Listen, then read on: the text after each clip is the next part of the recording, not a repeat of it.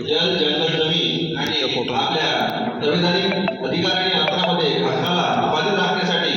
आपल्याला या ठिकाणी प्रचारमध्ये संबोधलं आहे. तर यासाठी निश्चितच आपण सर्वांनी जोडून या संघर्षासोबत राहावं. त्यानंतर मी दोन शब्द बोलण्यासाठी विनंती करतो की माननीय प्रशांत सोनवणे साहेब यांना आपल्या पत्रकारिता करतात आणि आपल्याला दोन शब्द या ठिकाणी बोलणार आहे.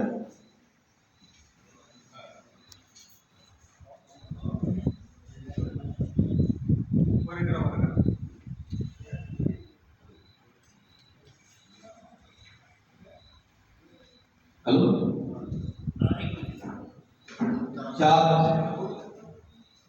जात और धर्म के नाम पर दंगा नहीं अच्छा लगता,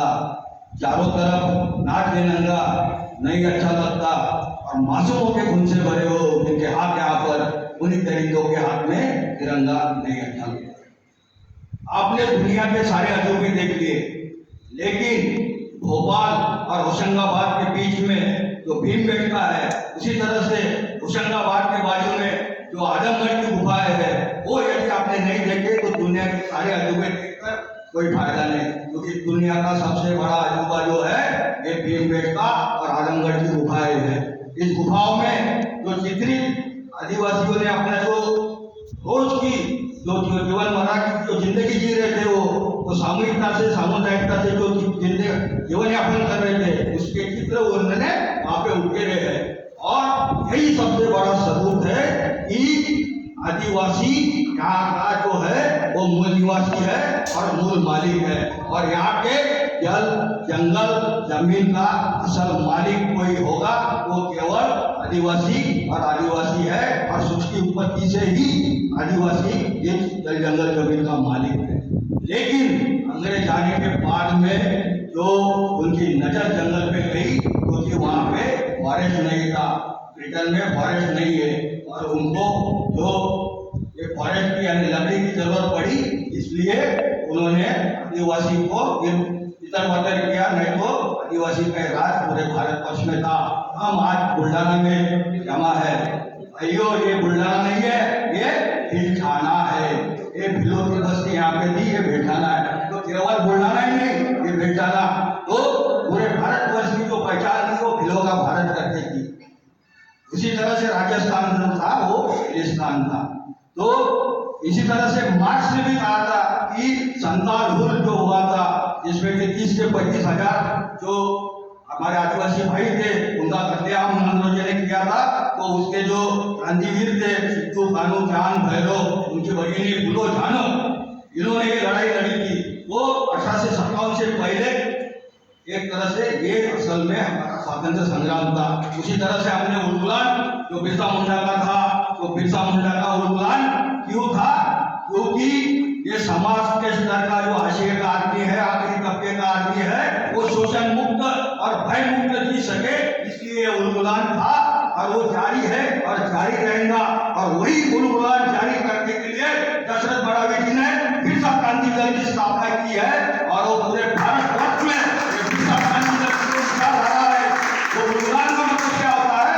सांस्कृतिक सामाजिक आर्थिक राजकीय धार्मिक क्रांति, टोटल क्रांति, ये टोटल क्रांति वो करने जाते हैं, और बिरसा की विचारधारा लेकर, क्योंकि कैडर कैंप हम एक सोचते हैं कि कैडर कैंप लोग कम है, बड़ी बड़ी सभाओं में वो लोग रहते हैं, लेकिन मैं तुमको बताता हूँ ये कैडर कैंप में क्या होता है, एक जो समर्पित कार्यकर्ता है वो इसमें तैयार होता है। एक अलग नेता होता है, हम लोग उसको अंदर बनाते हैं, सरदार बनाते हैं, वो 5 साल तक काम करता है। लेकिन यहाँ पे हमारे जो बच्चियां बैठी है या लड़के बैठे हैं, तो एक बार दशरथ बड़ावी जी के काम में बैठते हैं, तो जो वैचारिक क्रांति होती है, बिरसावाद से प्रेरित बिरसा के जो विचार है, जिसमें कि सामूहिकता, सामायिकता यानी सामाजिकता है, तो ये जो समूह भावना है, श्रम सहकार, इस पे जो आधारित हमारी जीवन संस्कृति है, जीवन मूल्य है, ये हमने समझने के बाद जो है, क्योंकि दुनिया की सब मूवमेंट जो है वो तो ब्लैक पैंथर से निकली हुई है, माल्कम एक्स हो, MLK, मार्टिन लूथर किंग हो, उसके बीच में से ही बाद में दलित पैंथर यहाँ पे निकली, और हमने देखी कि आज अम्बेडकर जनता जो है, उन्होंने भी प्रेरणा लेकर आज कामयाबी हासिल की हुई है। आज जो उनमें IAS और IPS उतने कोई अन्य समाज में नहीं है, और वो काउंटर कर रहे हैं मनोवादी व्यवस्था का। तो इसके लिए क्योंकि एक विचारवंत भी कहता है कि जो विचार क्रांति होती है, जो क्रांतिकारी विचार होते हैं, वो अंधेरी गुफा से आए हो, लेकिन वो सशस्त्र जो सैन्य बल होता है उससे भी ज्यादा शक्तिशाली होते हैं। इसलिए हमको ये विचार क्रांति की जो जरूरत है उसको सही मायने में यदि कोई पूरा करता है, मैं कहूंगा कि एक तो दशरथ मडावी साहब है, दूसरे हमारे टी.एच. चंबोले सर है, वही कैडर कैंप आज ले रहे हैं। पूरे भारतवर्ष में कोई दोनों का इनकार होता है, और हमको एक कैडर कैंप की ज्यादा जरूरत है, क्योंकि हमने देखा कि आज की जो व्यवस्था है, भारत में संविधान का राज है, किसी के बाप का राज नहीं है, लेकिन फिर भी ये संविधान की धज्जियां उड़ाए जा रहे हैं, खर्चीकरण कर रहे हैं, ये और डर, आतंक, खौफ, इसका माहौल पूरे जनता में ये डाल रहे हैं, और उनके डराकर वो हमारे लोगों को डरा धमकाकर ये पूरी तरह से हमने देखा कि मणिपुर में देखो या छत्तीसगढ़ देखो, एमपी देखो, हर जगह पे खनिज संपत्ति जो है, ये खनिज संपत्ति हथियाने के लिए आदिवासी का कत्लेआम यहाँ पे चालू है। और इस व्यवस्था ने नए 4 वर्ण तैयार किए हैं। आप आदिवासी है तो आप नक्सलवादी है, आप यदि दलित है तो आप अर्बन नक्सलाइट है, आप यदि मुस्लिम है तो आप आतंकवादी है। तो इस तरह से ये नए 4 वर्ण इन्होंने तैयार किया है, और ये हमको ये जाति व्यवस्था नष्ट करना यही सबसे अहम बात है, और यही विचार हमको यहाँ से लेके जाना है। सबको नोटबुक दिए गए हैं, तो मेरी यही विनती है कि सब जो हमारे बच्चे बैठे हैं, उन्होंने दशरथ मडावी साहब को एक लफ्ज बोलेंगे, उनका अनुभव है, इसके पीछे पूरा जीवन उनका लगा है, वो केवल भाषण नहीं देते, तो संस्कृति कर्मी भी है।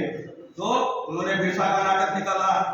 रानी दुर्गावती का भी उन्होंने नाटक निकाला, और ये नाटक और सिनेमा का जो है वो विजुअल इम्पैक्ट सबसे ज्यादा होता है, और ये क्रांति के लिए हमारा जो मार्ग है वो प्रशस्त करता है। और इसीलिए हमको दशरथ मडावी साहब को सुनना है। इसलिए इस जो कैडर कैंप है, इससे हम जो ज्ञान लेके जाएंगे वो जन जन तक पहुंचाएंगे। इतना ही मैं वादा करता हूँ, क्योंकि तथागत ने भी जो 5 लोगों को पहले दिया था, केवल 5 लोग थे, हम लोग तो 50 है अभी, तो हम 50 है, तो ये जो आज हम ज्ञान प्राप्त करेंगे वो जन जन तक पहुंचाएंगे, और आने वाले कल में हम जन आंदोलन कर व्यवस्था परिवर्तन करेंगे। इतनी आशा के साथ मैं मेरे को खत्म करता हूँ। और जिंदा रहना है तो हालात से डरना कैसा, जिंदा रहना है तो हालात से डरना कैसा, और जंग लाजिम हो तो लश्कर नहीं लेके जाते। ये आखिरी वक्त है हमारे को लोकशाही और लोकतंत्र को बचाने के लिए। बहुत बहुत धन्यवाद।